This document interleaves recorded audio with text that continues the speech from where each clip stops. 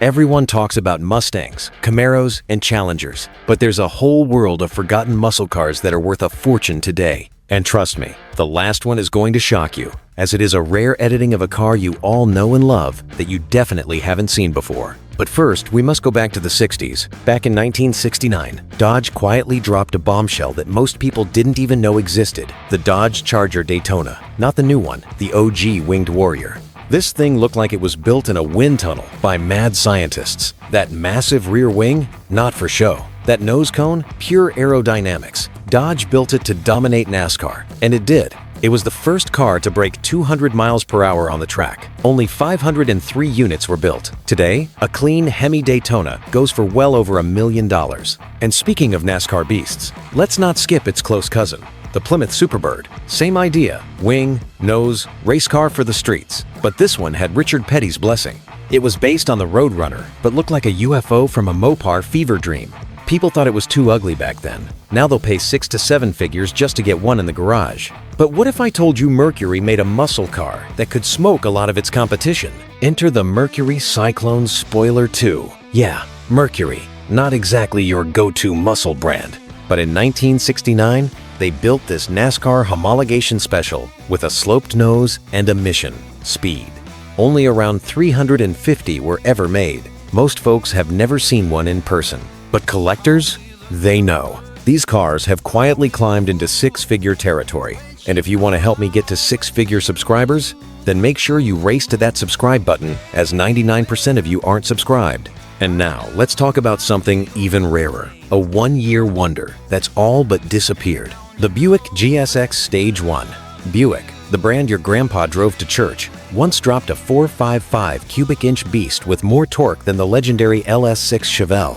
In 1970, this thing put down 510 pounds-feet of torque, and that wasn't factory marketing fluff. That was real. Fewer than 700 were ever made.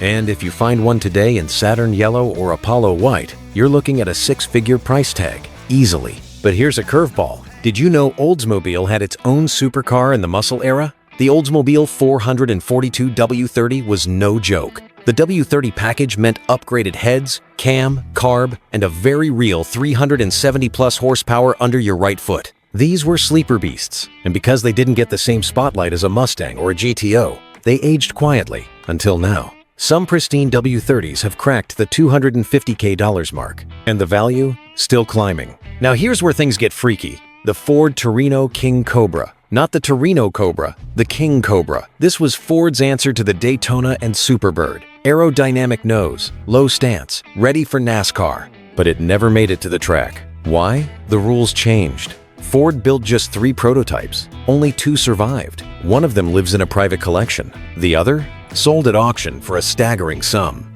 This is holy grail status for Ford guys. If you see one in the wild, take a picture. You probably won't get another chance. And you want rare? Let's go deep cut. The AMC AMX3. American Motors went to Italy to design a mid-engine V8 muscle car in the early 70s. Only 6 were built. It had a 390 cubic inch V8 stuffed in the middle, steel body panels, and handling way ahead of its time. It looked like a muscle Lamborghini. Most people have no idea this even existed. But when one hit the auction block a few years ago, it fetched well over $1 million. That's Ferrari money for an AMC. But AMC wasn't done being weird. There was also the AMC Rebel machine. Loud graphics, red, white, and blue paint. A 390 volts 8 with 340 horsepower. It looked like it rolled out of a 1970s comic book. This car didn't sell well when new. Too wild, too loud, too AMC. But now, collectors are digging it, especially clean originals with factory paint. Some machines are selling north of $80K, and that number's only going up. Let's pivot to Chevy for a second, but not the Camaro. The Chevy Yenko Nova 427. If you know, you know. Don Yenko was dropping 427 big blocks into compact cars like it was his personal mission to scare people. The Nova was already a lightweight. Now throw in 450 plus horsepower, it became a street missile. Only a handful were ever made. These aren't just rare, they're sacred. When one comes up at auction, it doesn't just sell, it causes bidding wars. Think $500K and up, depending on condition.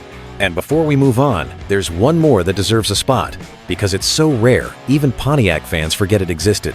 The Pontiac GTO Judge, Ram Air 4 convertible. Most people remember the GTO Judge for its wild colors, bold graphics, and street cred in the early 70s. But what they don't realize is just how few Ram Air 4 convertibles were made. In 1970, only 7 of these left the factory. That's right, single digits. It was the top performance engine option, and it turned the already iconic Judge into an elite tier collectible. High horsepower, low volume, and drop top? That's the magic formula. One pristine Ram Air 4 Judge convertible sold for over $1.1 million, and collectors are still chasing the remaining survivors today. Then you have the opposite of mainstream muscle, the Yenko Stinger Corvair. Yes, a Corvair. The car Ralph Nader called unsafe at any speed. But Yenko said, "Hold my beer," and turned it into a rear-engine track weapon. Turbocharged, lightweight, built for SCCA racing. Around 100 were made, depending on who you ask. And they're surprisingly valuable today, not just for their rarity, but because they actually performed. You want unique muscle with Porsche vibes? This is it. Now get ready for this one. It's probably the weirdest, most unexpected car on this list. The Kaiser Jeep Jeepster Commando Hearst Edition. A Hearst-branded Jeep with racing stripes, hood scoops, and a V8. Jeep was trying to capture the youth market and somehow ended up with a limited edition muscle SUV before SUVs were even a thing. Only a few hundred were made, and almost all of them are gone. Try to find one today, and you'll see prices pushing $100K for a survivor. And for the Mopar crowd, there's one car that makes even the most die-hard fans stop and stare. The Plymouth Hemi Cuda convertible.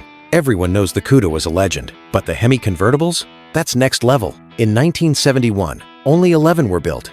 That's not a typo. 11. If you have one with matching numbers, you're not just rich. You're basically holding a winning lottery ticket. One sold at auction for $3.5 million. Another, over $4 million. These aren't cars anymore. They're art. Still with me? Because the next one might actually beat that. The Shelby GT 500 Super Snake. No, not the modern one. The original one-off from 1967. Carroll Shelby built a single example as a test car, stuffed with a 427 race engine, and ran it at 170+ miles per hour for hours without breaking a sweat. It was too expensive to mass produce, so Ford shelved it. But that single prototype survived, and when it sold at auction, it shattered records. $2.2 million for one car. One of one. For every muscle car that became a legend, there are 5 that got lost in the shuffle. Rare trim packages, low production specials, factory experiments that never hit the spotlight. And as collectors keep hunting for what nobody else has, these forgotten gems are turning into gold mines. But the early 2000s have created cars that helped America shape the culture and put muscle cars on the map. And I made a full video on that.